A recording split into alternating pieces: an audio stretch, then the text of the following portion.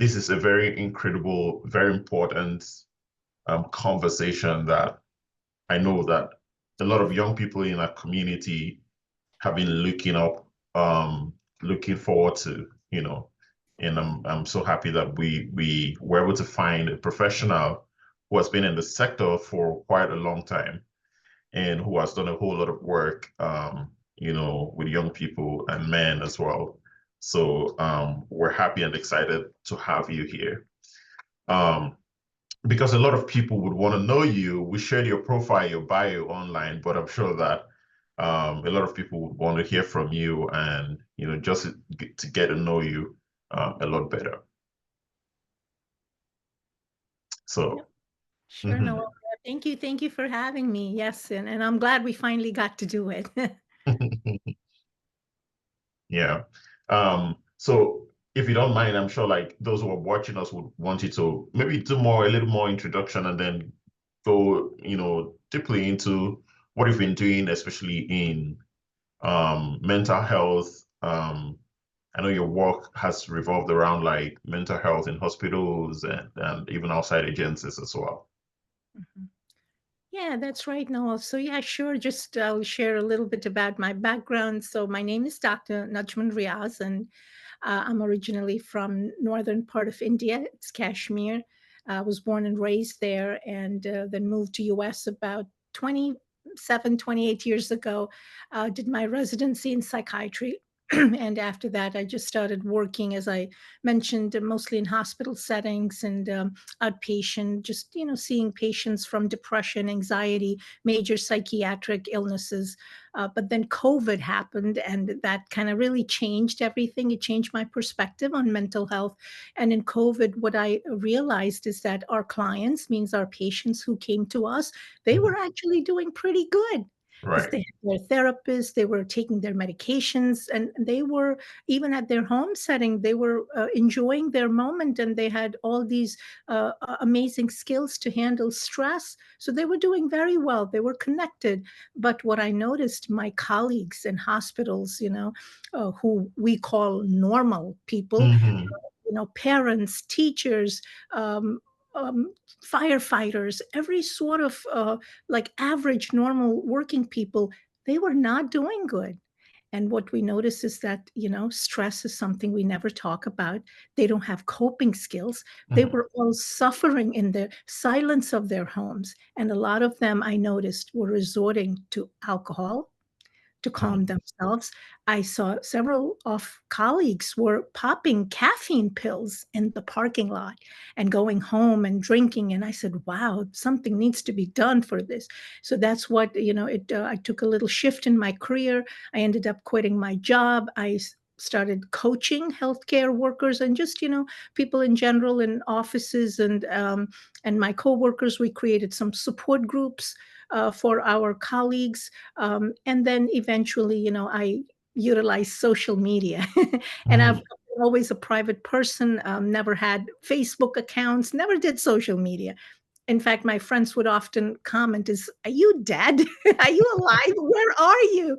But so I just utilized social media and started some podcast and YouTube channel back home in India, where resources were very little and people were again suffering. And that's what led me to, through social media, uh, start teaching people about mental health, like basic stuff, emotions, anxiety, stress, and then just talking a little bit about how important it's to go seek help. And then I also opened my own practice. It's a virtual practice for working women. So I do both therapy. I got certified as in some trauma certification because I noticed COVID actually brought up some old traumatic memories for people, and people started having panic attacks and all. But that's where I'm now. I'm happy in my element, and so this is what I do. I raise awareness, break stigma on mental health, and I continue with my psychiatric practice. That's a very incredible story, Dr. Riaz. And a couple of things that I continue to hear you mention were like stigma and also, coping strategies.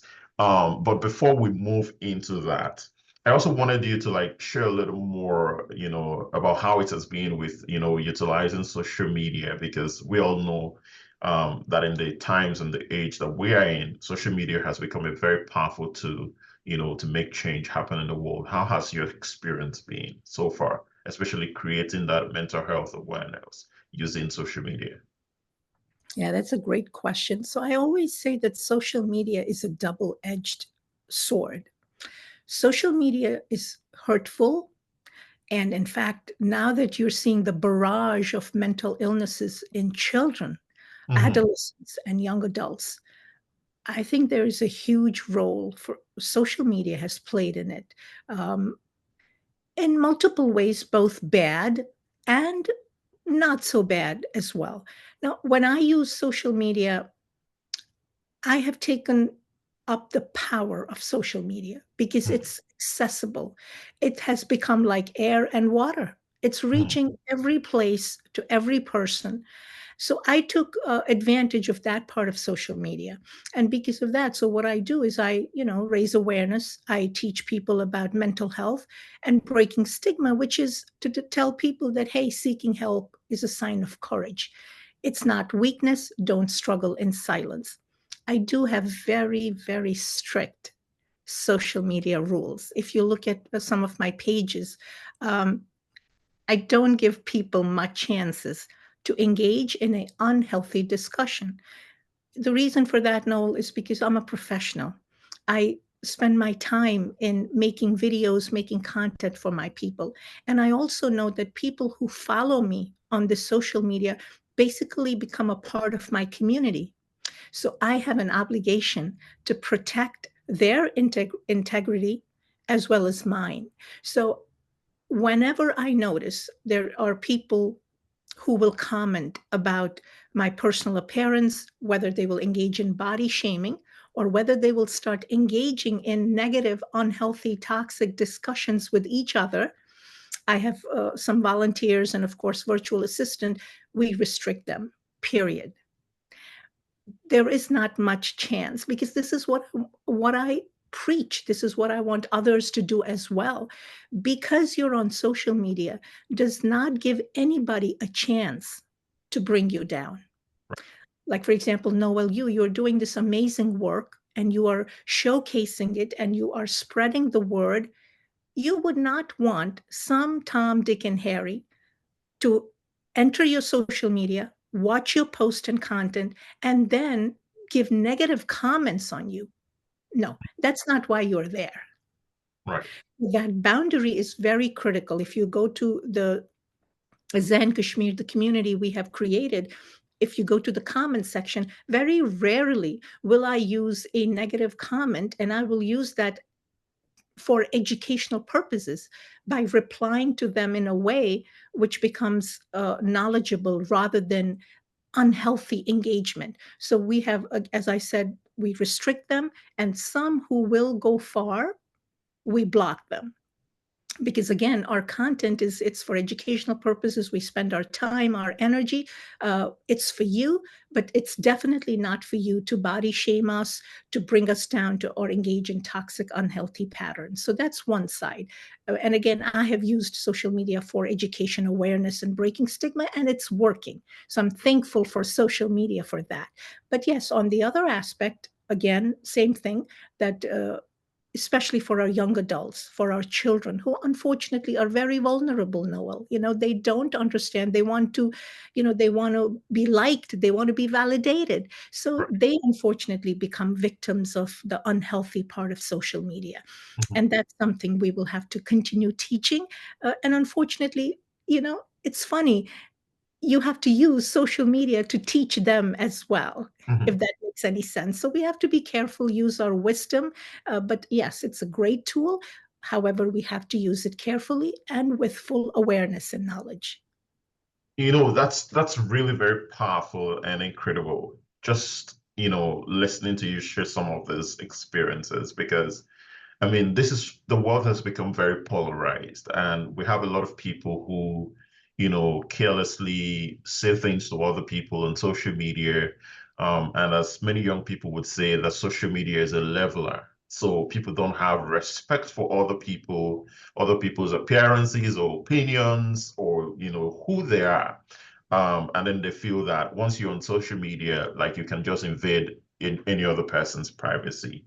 And a lot of people get into depression as a result of this. A lot of people are experiencing, mental breakdowns. They see, social media stressors, right? And that brings me to the next question. What do you think might be the best way for a young person to actually guard his or her space, especially in the social media space, to be able to maintain his or her sanity, while even using social media? Yeah, absolutely. And this is again something we're preaching is so listen, this is what I would recommend. I would say it's something like this, Noel. When we get out of our home, when we go outside our home, what do? We make sure that, we have our wallet, we have our credit card, we have our driver's license, and we also make sure we're covered. We wear proper clothing, right? We Mhm. wear proper gear, proper shoes, and then we go out. I don't think any of us is going to go out, like come out of the bathroom and just go out. I don't think we're going to do that, right? So we wear a proper attire and then we go out, maintaining the social norms. I think something similar for social media.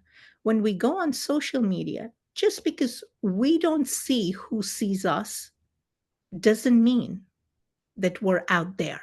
Right, So we're out there. So people are watching you, people are seeing you. So maintain that same persona that you would maintain when you get out of the home. So do your part, which is whether or not you're raising awareness or whatever professional thing you be professional if you're using social media for professional purposes. If you're using for entertainment, if you have a skill and you're presenting that skill to other people, like whether dancing, singing, whatever it is, you know, be professional, show integrity. That's one. Second, Noel, is, in our field, we often teach about boundaries. Boundaries are very important. And remember, boundaries are for us. Boundaries keep us safe and protected. So use the same thing for your social media. When you go on your social media and people comment, I know many people might disagree with me, but this is how I believe to maintain your mental health and your sanity. There is no need for you to take up a negative comment. There is no need for you to take up when people body shame you. No, don't worry about losing followers. If you have 10 followers who are respectful of you, who show respect your boundaries, who engage in a healthy way, 10 is enough. Rather, because what happens is we worry about losing followers. So because of that, we take up a lot of negative comments, body shaming, comments on our appearance, personal comments, and we don't block them, we don't restrict them. Why? Because we're afraid that our followers are going to go low. So don't keep an eye on your following, on that number. It's just a number. Keep an eye on your feed, on your integrity, on who you are willing to let a person enter your social media space, because it is your personal space. In your home, you're not going to let Tom, Dick, and Harry come inside your home. right, Use your social media presence for that. That's second, meaning if you are creating content. But yeah, for others who are just watching social media, keep it in moderation, because Noel, we all know that excess use of technology, social media, cell phones, this does deplete your brain of very important hormones and chemicals. It depletes serotonin, it depletes dopamine, it causes low motivation, it causes anxiety, it causes depression. So moderation is the key. Just like for anything else, food, consume in moderation. You can't consume excess, you can't starve yourself. So same thing for social media. And fourth thing I would say is use it for something good. I mean, entertainment is all good. I mean, I do TikTok videos, I watch songs and funny stuff and all. That's all good. But also look at your feed and see what you're watching. You don't want to validate people who are on narcissistic traits, and all they are looking for is you to tell them, oh, what a wonderful dress it is, how beautiful, gorgeous vacations you're going on. No, no, I think you can do better. We can do better. So keep an eye on your feed and keep it, some entertainment, but also some educational stuff. Gain knowledge, use the benefit of social media rather than becoming a victim of social media. So moderation is the key. But yeah, those are some of the things I would share. Yeah, that's very powerful, and I like the how you wrapped it all up, encouraging us to use it in moderation, and not become, prisoners to social media. And that's really very powerful. So thank you for that. Now, moving more closely into, our topic for the day. So one of the issues that we have, especially with our work over the years, we've noticed that a lot of young boys, young men, you also talked a little bit about children's mental health, which is, by the way, becoming more popular, as they come by. And one of the issues that we have noticed being on the ground and doing this work that we do at Boys Champions is the fact that men seem to be even more, they're going through these even more than every other group. And a lot of times we don't pay so much attention. They don't pay so much attention. I also come from a culture, for instance, where men are asked to man up and not speak up. You're a man, so you shouldn't be able to express your feelings and emotions. And these are like some of the issues. So there's that cultural pieces. There's also like the systemic pieces there as well. And a lot of times also in my own culture where I come from as well, mental health is seen as, sometimes they call that, they attribute that to some kind of, religiosity. They attribute that to some kind of diabolical, just different cultural pieces that are like around that. And sometimes some of these experiences come with stigmatization, right? So it's a very big piece that I would also want us to address. So what have you seen over the years, in your work? How do you think that young people have been faring, especially men and young boys as well? And how do you think that stigmatization has also been able to like, limit how people express their feelings, their emotion, or even come out to seek for support, mental health support and services? Yes, yeah, that's such an important point you raised, Noel. And in fact, that was what really attracted me to your account. And I saw, wow, you're doing some great work, especially back in the culture and country you come from. So I was really inspired by the work you do, especially with boys, because that is the age that you want to, you want to kind of get them the right kind of help, so that as they grow, getting help for mental health feels normal. Because once we're full-fledged adults, we develop more of a rigid mindset, and then we become who we have, and making a change is very difficult. But if you catch people at a very young age, then it becomes easier for them. So again, a great point. So what I can share with you is what we see in our field, is that yes, men are lagging behind. Women are more forthcoming with their mental health issues. They seek help very early on. And it could be combination, culture, the fact that women are allowed to express their emotions. And sometimes a part of me feels it could also be because women are so verbal, and also women have a lot of responsibilities like child caring. So they want to do good at all times so that they can maintain that caregiving approach. While as men, I'm seeing a lot of them are struggling in silence. And as you put it, Noel, is that there is a huge cultural element.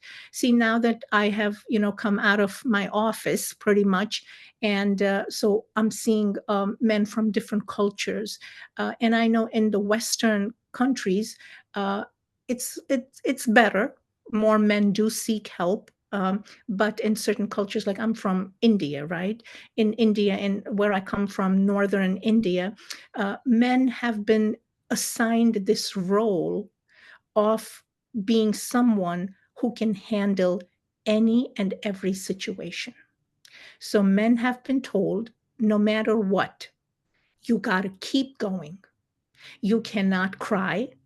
You cannot show emotions, and you cannot be afraid. If you show these, that makes you weak.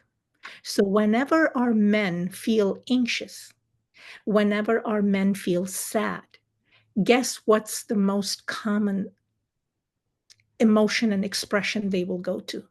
They'll probably go have a beer. They will either have a beer, which means they will suppress, or they will go, they will get angry. Mm. They will express it as anger. So when men feel panic and worry, when women feel panic and worry, they cry. They will cry. They'll say, oh my gosh, I'm so scared. And everybody will come out there and they will support them. They will comfort them because it's visible. The emotion is visible. But for men, because they have been told not to cry, because it's a sign of weakness, not to show that you're worried. So how are they going to process this emotion? Because it has to come out somehow, because you're a human being. You can't keep your emotion bottled in. It's going to come out somewhere or the other.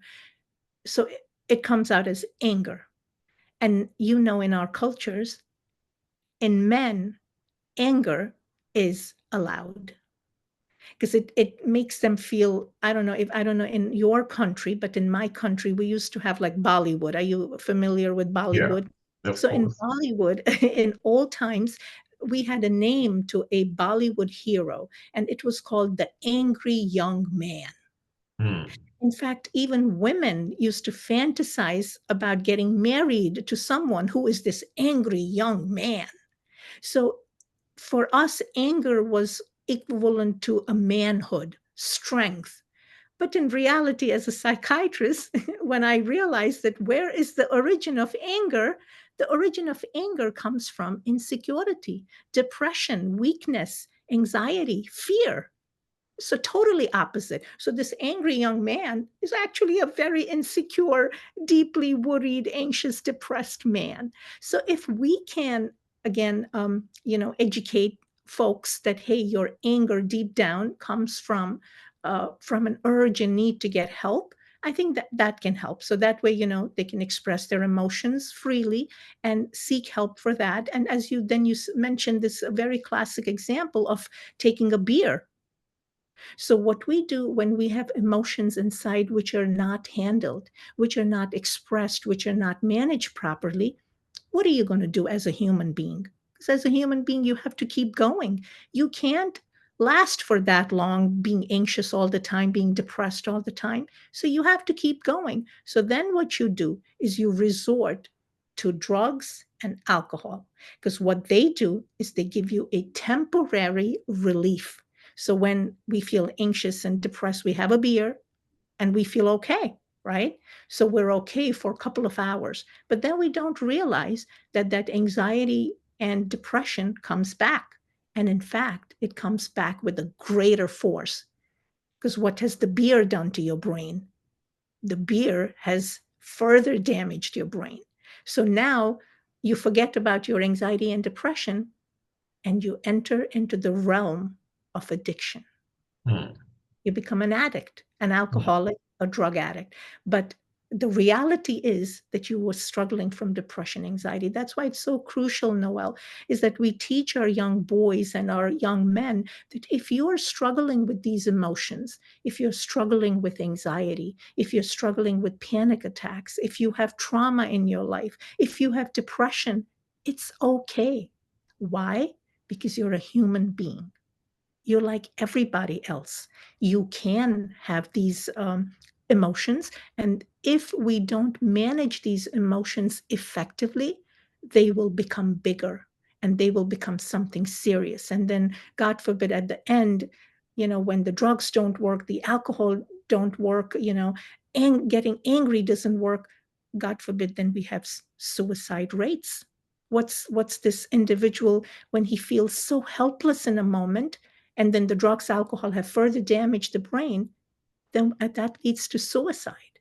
So or not even just suicide, but problems in relationships, divorces, domestic abuse, domestic violence, child abuse. So, underlying all of this is actually a mental illness, a undiagnosed, untreated, unexpressed mental illness. And where has that mental illness come from? Possibly genetics, but a lot of times because of our inability to handle these big emotions, our inability to develop healthy ways to cope with these big emotions. So honestly, if our folks, if our men, our boys can understand this, then guess what? We can really prevent a lot of problems which become cultural problems. And all we have to do is to just go seek help. Call your local counselor, say, hey, I haven't been doing well for past couple of weeks or so.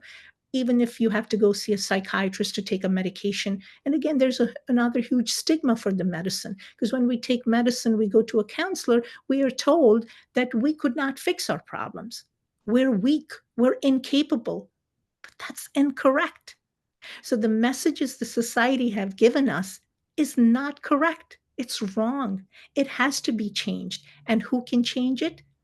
We can change it. People like us, like influencers can change it. Like, people who run organizations, volunteers, like people like you and me, we can change it together just by sharing to our boys, to our girls, making it okay to have these emotions, making it okay to express these emotions, and teaching them healthy ways to cope with these emotions. So that's that.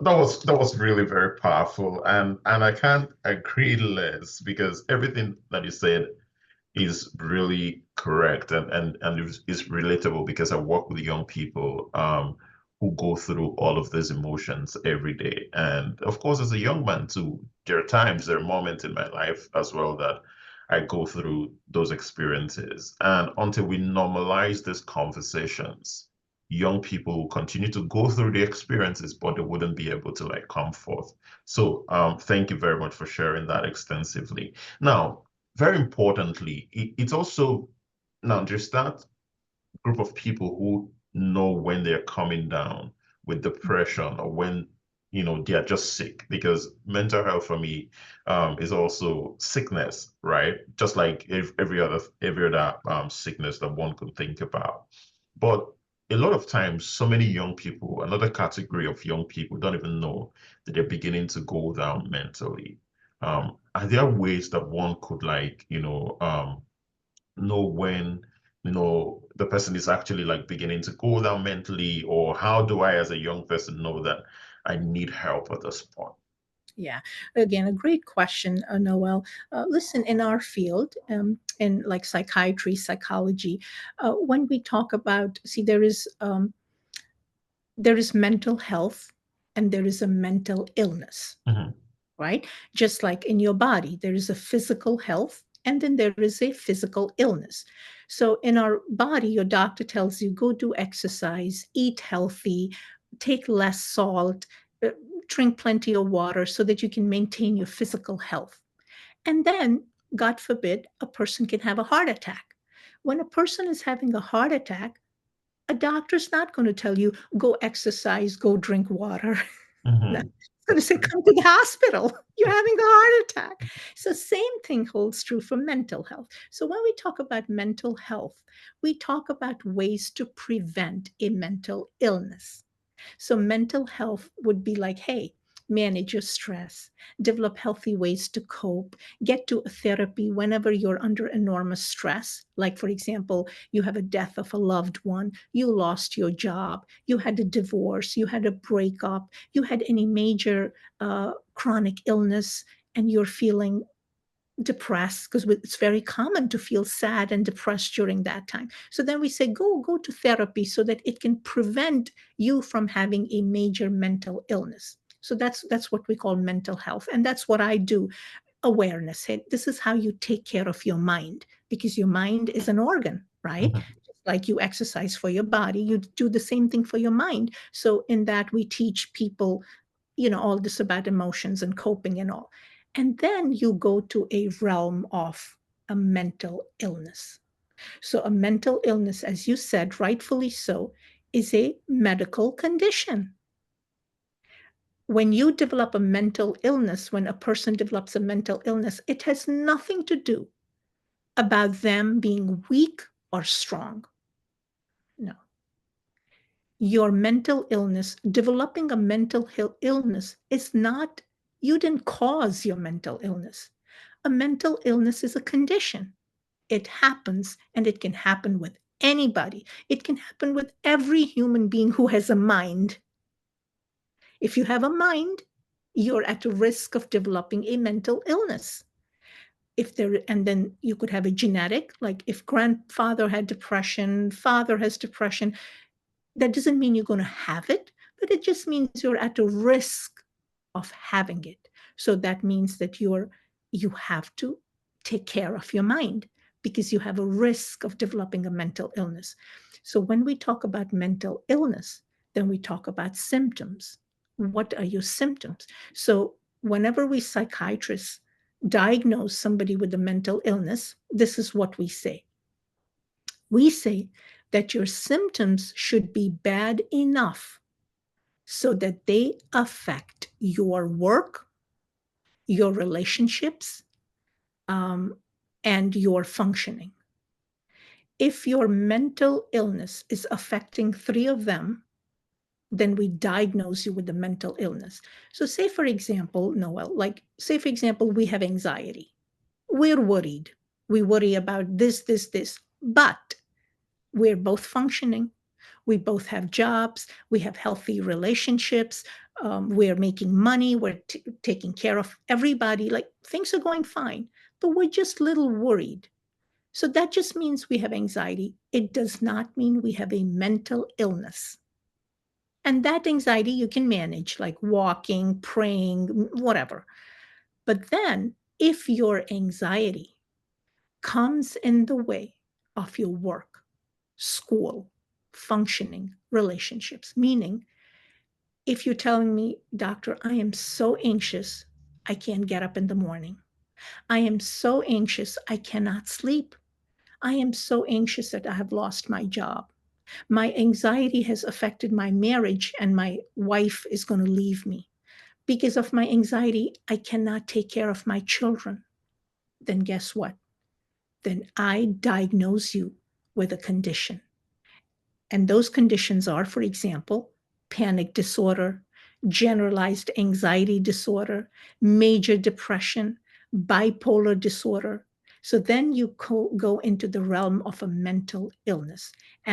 And those are diagnoses. And for that, you have to go to a psychiatrist, like you go to a doctor, and they will diagnose you with a mental illness. And then you treat that mental illness. So coming back to your question, Noel, is how do we know that we have developed a mental illness?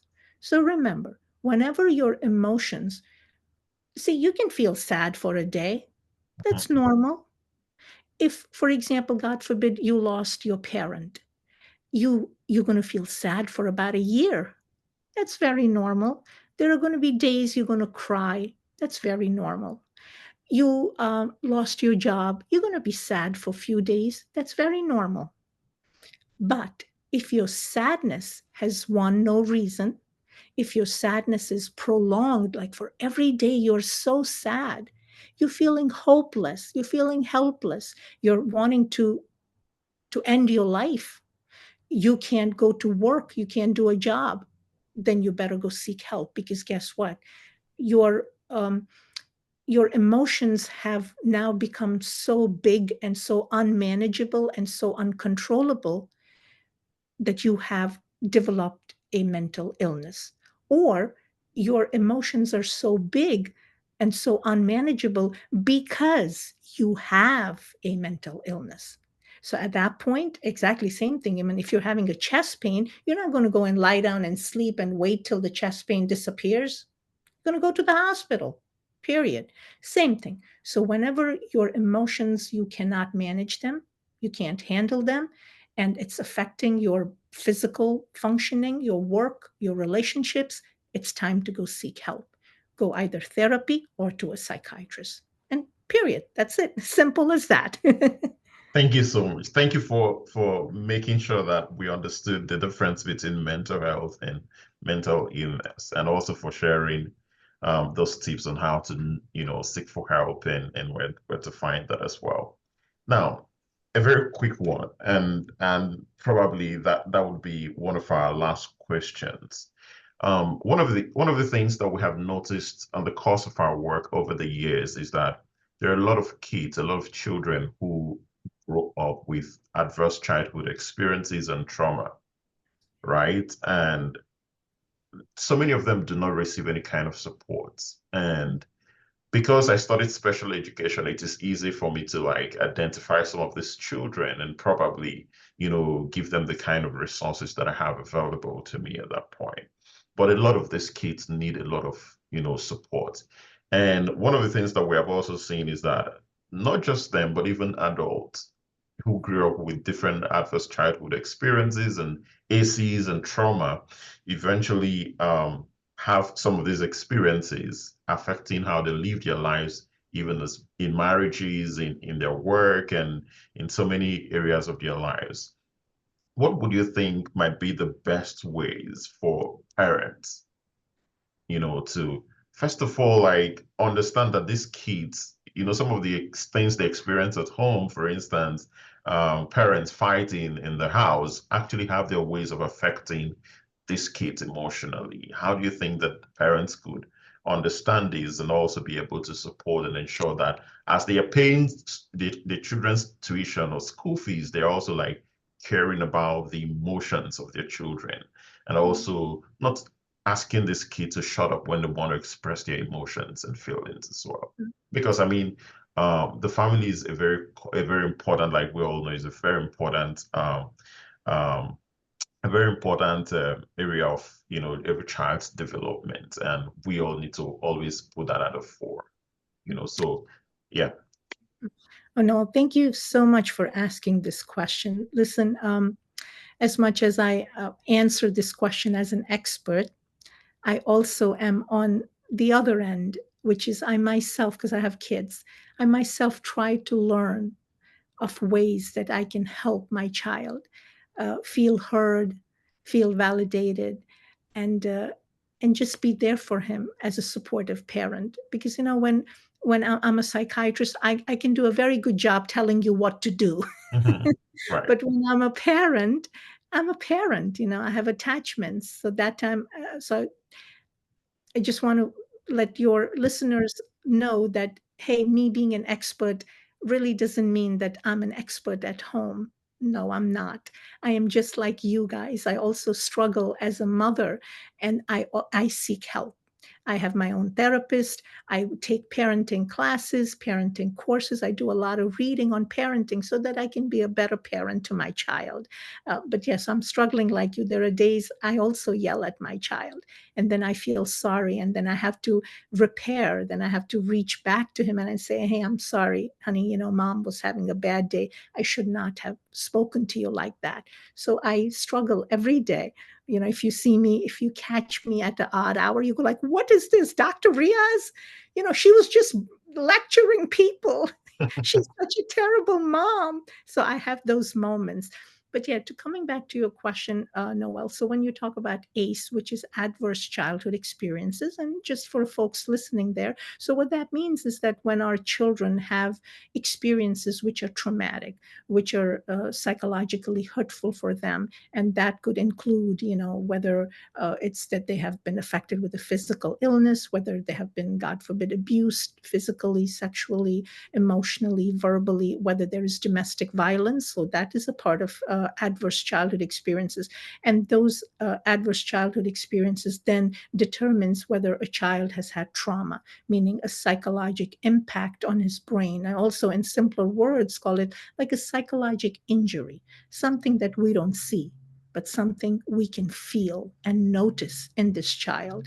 And when children have trauma, in their mind and their brain, they express it in various forms.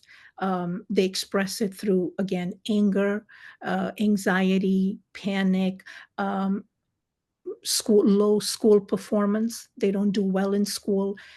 It affects their friendships. Maybe they're not capable of making friends, or maybe they go at school and they act out and they bully other children. So these are all symptoms and indications that our children's brain have been traumatized. And again, thank you for Noel for bringing this up, because this is a worldwide trauma that is slowly breeding in homes that we sometimes take just for granted.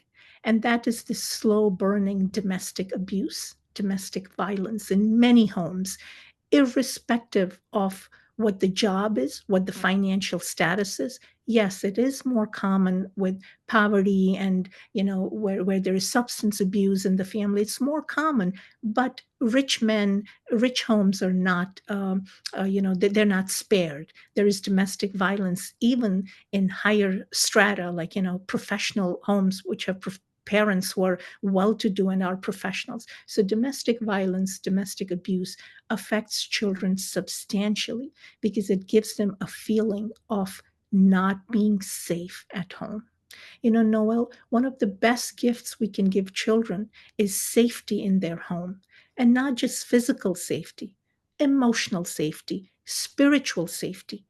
And when we mean emotional safety, it means, just like you just said, emotional safety is when our children are sharing their emotions, when our children are sharing terrible things that happen them to at, in school. Our job as parents is not to shut them up. When we shut them up and when we tell them that, oh, you're being too sensitive, oh, why don't you just go and talk back? Don't bother me. I have too much work to do. So when we shut them up, when we tell them that it's not okay to express their emotions, they learn that it's not okay to express your emotions. So they bottle it up. They bottle it up. And that's then long run, in the long run, then you get the mental illness, you get depression, and you get anxiety. So coming back to your question, one of the best things we can do for our children is provide them that emotional safety. And no home is perfect. There will be episodes in our home. There will be instances in our home where, mom and dad can fight. They won't get along. Some things will happen. So if that's the case, don't think that you're a bad parent. Don't think that you did a terrible job. No. The best thing you can do is go back to the child, try to spend some quiet time with him or her, and ask him, how did you feel? How did you feel when you saw mom and dad yell at each other? How was it like for you? And then let the child talk, let the child share, and just listen. Don't judge, don't interrupt, don't correct, don't tell them, oh, don't worry, be grateful, show gratitude. We have all good things happening. This is one of the worst things, Noel, a parent can do for their child is when we tell our children, go look at the kids in Somalia. They're dying from hunger. Look, you have a big home, you have a car, and you are just making a fuss about it. Please don't do that. That literally shuts the child. When we hit our children, we can see it. But when we psychologically hit them, we can't see it. But that's the poison we're giving our children. It doesn't take much, Noel. We don't have to spend a fortune in giving our children the best schooling, the best gifts. All you have to do is to give your child your time, your love, and be present for your child. When they share with you that I'm feeling like this, I'm just listen, hear them out, and validate. And validation means like this. Validation is, mm-hmm, I get it. It must be so hard. I'm sorry for what you're going. That's all. That's all. But in order for us to do that, we ourselves have to be grounded. If I am an anxious wreck, which happens a lot of times, like, I have to go somewhere and I'm full of anxiety and my child cries and goes, Mom, I'm not feeling. I say, oh no, come on, you got to go pack your bag. We have to. I'm not doing that. But yes, I will have those moments. I have those moments in the morning with my son. I am anxious because I have to get to school. He's anxious. We're fighting. And somehow we get out. But then what we can do is try in the evening when things have settled down. Go to your child when he's sleeping. Things have settled down. And at that time, bring back the moment where you were both in that fighting cycle, and tell your child. We call it, in our field, Noel, we call it debriefing. We do Debriefing, exactly. debriefing. We do it Mhm. with our patients, when they're like, say, for example, they became psychotic or aggressive, and then we have to hold them. But then after they're calm, then we go back to them and we do a repair or debriefing and say, hey, how did you feel? How was it like for you when you were held by two people? Same thing for your children. Debriefing. Say, hey, honey, this morning, mom was crazy. I had to go show up at work. I'm so sorry. I yelled at you. I'm sorry. How was it like? And then give a child a chance to talk and say, oh, yeah, mom, da, da, da, da, da. And then say, I'm so sorry. Because remember, you're a parent. It's not your child's fault. As a parent, we have to show accountability. We have to show that we're the leader because we're in control. And so apologize to your child, make mistakes, and it's okay. Let your child know that I'm not a perfect human being. I also get angry. I also get anxious. I also have crazy moment. But guess what? Despite all of that, I will come back to you to show you that I love you. And similarly, you can also have a crazy moment. You can also get angry. You can also get anxious. But guess what? I am here for you always. And just that little thing, Noel, creates such a trusting relationship with your child, a bond. And you know what? You know something? That can take care of any childhood adverse experience. So, this connection, this coming back, this repairing of the relationship, that's the best thing we can do for our child. And secondly is with the trauma, if our children have experienced trauma, the best way for them to heal for trauma: play, let them play with sand and rocks and Legos and drawing, art, design, patterns, even some video games, but in moderation. This play is what heals a child. So create spaces in your homes, in your neighborhoods, safe spaces for children to play, and just play with them. Go crazy with them. Jump on the sofas with them if you can. That play is what will heal your child. Because, Noel, we're human beings. There are some things in our control, most of them are not. You having a war in your country is not in your control. You getting married to an abusive man or a woman sometimes is not in your control. So we parents can control what we can control, and that is our relationship with our children, our ability to make connections, our ability to play with them, show them our unconditional love, and just tell them that we're here for you no matter what. And also, we are humans, we ourselves getting help. There's something in our field we say, Noel. In our field, we say this. We say if we're having problem connecting with our child, it means we're having trouble connecting with ourselves. So if you ever notice that my child doesn't listen to me, my child doesn't talk to me, take a break and see, are you listening to yourself? Are you talking to yourself? So I'll just share this instance. My son was a teenager, and I was noticing that he's not hearing me. I'm talking, and we were having some fights and all, and I go like, what's going on? And I did my best. I tried all my psychiatric skills on him. Nothing worked. Nothing worked. And in fact, it backfired. Many times he would say, you're the psychiatrist, you're not my psychiatrist, don't do therapy with me. And I was like, what? I'm like a terrible parent. And then I entered counseling myself. I entered therapy myself, and I noticed that it was me. It was my problem. I didn't know how to communicate with him. I didn't know how to validate him. I wasn't able to empathize with him. And once I did therapy of my own, I learned how to reach out to him. And guess what? After that, it really went smooth. I felt heard by him. He listened. And so yeah, uh, take a moment with your child and see, where are you? So just thought I'll share that. I love that. I mean, out of all of the things that the beautiful things that you said here, I mean, the power of connection really stands out for me. And the fact that every dysregulated child requires a regulated parent to be able to get through. That is also very key in all of the things you said. And then the fact that also the briefing is very important because we need to hear and listen to each other to be able to come to an understanding of what the other person might even be going through. And I think that this equally not just applies to parents and their kids, but also even as young people, even as adults.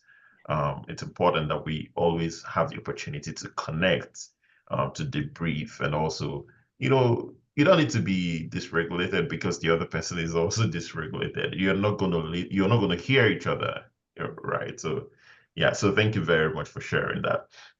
And finally, Dr. Riaz, what will be the coping strategies that you would want to share with these young people listening to us today? And what will be your final words to those who are still struggling to speak up and to young men who their culture, their environment have actually formed them into, keeping their emotions, bottling up their emotions and feelings to themselves? Yes, yeah, yeah. Thank you for this opportunity, Noel. Yeah. So to all the young men and young boys, or even women and all, I would just say that listen, we're all humans. We all are going to go through ups and downs. Just because you fail in your life, just because you make mistakes in your life, or you're going through extremes of challenging situation, does not make you incapable, incompetent, or less than. You're human, and in fact, failing, making mistakes, being imperfect, going through ups and downs, as a psychiatrist tells me that you're normal. You're a human being. We psychiatrists worry when somebody comes to us and says, I am perfect. I never fail. I never make mistakes. I never get anxious. I never feel depressed. For us, that's a red flag because you got to be a robot to be this perfect. As a human, you will always be imperfect. There will always be someone who's better than you, and there'll always be someone who you are better than. So there is no perfection. So I think this is the time we should really cross this out, cross it out. Perfection does not exist. It doesn't exist. Don't even try to go there. Improve on yourself. That's easy, but there is no perfection. Don't don't even go there because most of your problems are happening because we're climbing a ladder which is resting against a wall that doesn't exist. Perfection does not exist. Progress, get better slowly, take slow steps, and try to stay in the present. See what you have done so far, what you have done today. Whenever you go in these moments of helplessness, sadness, depression, feeling like a failure, or even anger, before you can do something about it, go back to yourself. And guess what? Work from compassion to yourself. First thing, forgive yourself for becoming crazy. Forgive yourself for getting mad, getting angry, messing up. Forgive yourself first. Say, hey, I'm sorry. I messed up. It's okay. And then take steps. You will notice, Noel, a huge relief will come the moment you, one, acknowledge something wasn't right within me. I made a mistake, something terrible happened. Acknowledge. Oh, say, yes, yes, it happened. I did it. Second, forgive yourself. Self compassion. Say, I messed up. It's okay. It's okay. And then, third thing, then go seek help. So, again, to the young boys and young men, whenever you're struggling with anything, seeking help, whether it's reaching out to your teacher, mentor, a big brother, a family member, it's all okay. In fact, seeking help is a sign of courage, not weakness. People who don't seek help, they have a lot of work to do for themselves. But if you're someone who seeks help, I will encourage you to maintain that quality of you. Seeking help is what's going to help you move up the ladder, up the ladder. And the second thing I'd say, when you go to seek help, it's also important to know who to seek help from. You can't express your emotion to someone who shuts you down and says, oh, forget it. Depression doesn't exist. Oh, come on, you're a man. Put your big boy pants on. You got to keep going. Men don't cry. That's not the person you want to seek help from. You must have heard, Noel, the toxic culture, toxic masculinity. That's not the person you want to seek help from. The person you want to seek help from is someone who is accommodating, who says, come on, tell me more. Tell me what's going on. How do you want to handle this? Who gives you choices? Who respects you? Who doesn't judge you? Who's there willing to offer his support and say, hey, I'm here for you. And you will feel it in your heart. And that could be a family member, a friend, a guide, whoever it is. Seek help, reach out, network, talk to people. And of course, counselor. If you have mental health professionals available in your area, please go. Please, I highly encourage you. Go find that help, talk to them. And even if you have to take medications, it's absolutely okay. Totally okay. In my life, I had to take medicine sometimes. Does that make me weak? No. In fact, seeking help, like I have a counselor, Noel, I go to her every week. So just because I seek help doesn't make me less than. In fact, it has made me more empowered, more self-aware. So those are the things I would encourage young people to do, is to seek help. And there's also something I would encourage young boys and men to do is when you talk about the coping skills. And of course, I know they exercise, I know they they walk and they do activity. All the things that you do for your body are also helpful for your mind, because remember, your brain is an organ, your mind is an organ. Just because we can't see it, it's an organ. So whenever you stay hydrated, take a break, learn to take a break, take a snack bar with you. Don't go hungry for very long periods of time. Noel, how in our cultures, I just, in our culture, we love to be the martyrs, we love Right. to be hungry for hours and then we brag about it. Oh, I haven't eaten anything. I was up all day working hard. And then we go like, wow, what a great worker you are. That's wrong. These messages that the society has given us are wrong. Self-care is so important. And self-care is taking breaks, making sure you're eating after 3, 4 hours, give your body energy, drink your water, keep a water bottle with you. Take that if you're playing sports and all, and you feel that angst and anger and anxiety, take a break. You know what? Lie and say, I have to go use the bathroom. Go sit in the bathroom, put some cold water on your face, and do some nice deep breathing with long pauses in between.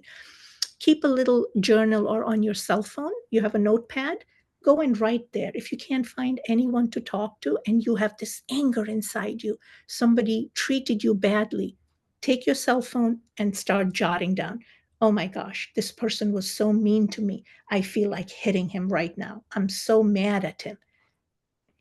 Get those emotions out. You will notice amazing things will happen. As you get out these emotions, these feelings, you're going to feel better, relieved. Call it like your mental poop. How about that? Right? Like your mental poop, all these big emotions, anger and all, get it out. And, you know, if you have someone to talk to, good. If not, write it down. Take a little notebook, write it down. And yeah, and just, treat yourself well, whether it's music. And of course, prayers, I always count on them.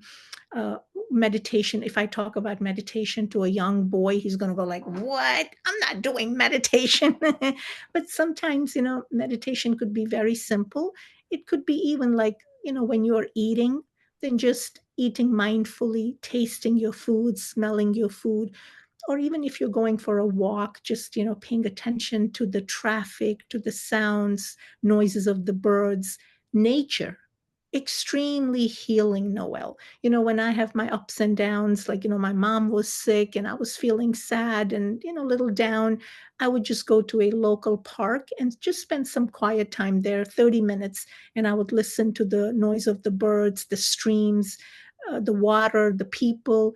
So we call this mindfulness. So you'll notice after 30 minutes of doing that, you're going to be like, whoa, that was really good. So very simple things, we don't have to like, get a membership to these expensive gyms and the cardio and all. I mean, if you're doing it, that's fine, but you don't have to do it to maintain your mental well-being. Simple things, cup of tea, and how you drink that cup of tea can really, ground you and make you mindful. So yeah, take care of your mind, take care of your mental health, take care of your emotions, spend time with loving people, establish good boundaries, which means don't let people take you for a ride.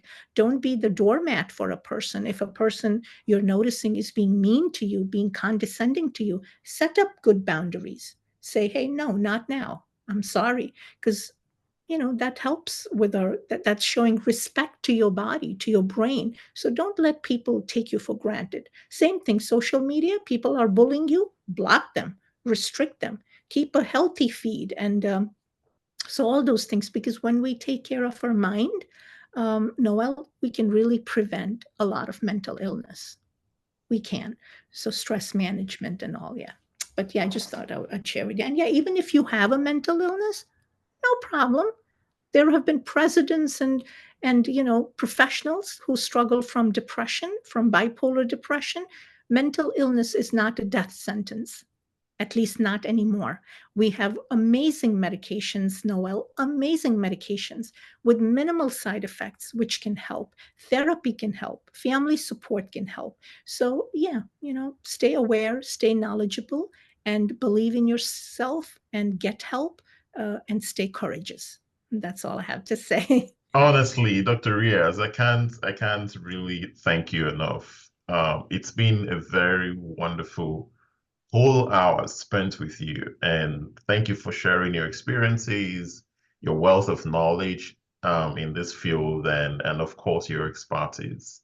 And I am sure that all of those who are listening to us and those who are going to watch this video, because eventually we're going to disseminate the video across all our social media platforms. I'm sure a lot of people have a whole lot to gain from everything that you've shared with us. I hope that we're able to do this like regularly, because honestly, there's just so much to share and to learn from you and everything that you're doing to support people who are in this kind of situation. So I sincerely appreciate that. Thank you so much for being And there and being supportive always. thank you, Noel. I'm here always for you. Yeah, I love to do more. And thank you again for all you do. Very inspirational. Thank you. Thank you. I wish you a very wonderful weekend, and thanks once again. I appreciate it. You too. Take care now. All right. Bye. Bye bye. Bye. Okay.